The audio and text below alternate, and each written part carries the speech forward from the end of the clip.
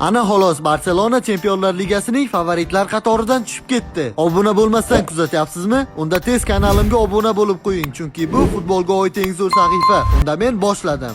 Gap shundaki, futbolda juda ham ko'p prognozlari to'g'ri chiqadigan Opta nashrining talqiniga ko'ra, Chempionlar Ligasining yarim finalchilarini chempion bo'lish imkoniyatlari baholandi. Unga ko'ra eng yuqori imkoniyat Arsenalda 28.7%. Buning sababi ular chorak finalda Realni yutganliklari deya izohlanmoqda. Ikkinchi o'rinda Italiyaning Inter klubi 25.5% bilan chempion bo'lish foizi taxmin qilinmoqda. Ular chorak finalda Bavariyani mag'lub etishgandi. Uchinchi o'rinda Fransiyaning PSG klubi 24% bilan chempion bo'lishi mumkin deya e'tirof etilmoqda. Eslatib o'taman, fransiyaliklar bundan oldingi bosqichda ingliz klubi Aston Villani mag'lub etgandi va so'nggi jamoa Barselona. Ularning imkoniyatlari yuqoridagi 3 klubga nisbatan eng past baholanmoqda, 21.8%. Buning asosiy sababi kataloniyaliklar chorak final javob bahsida o'zidan anchagina zaif bo'lgan Borussiyaga 3-1 hisobida mag'lub bo'lganliklari deya qaralmoqda. Xo'sh do'stlar, siz bunga qanchalik qo'shilasiz? Sizningcha bu yil Chempionlar Ligasini qaysi jamoa qo'lga kiritadi? Fikrlaringizni kommentariyada qoldiring.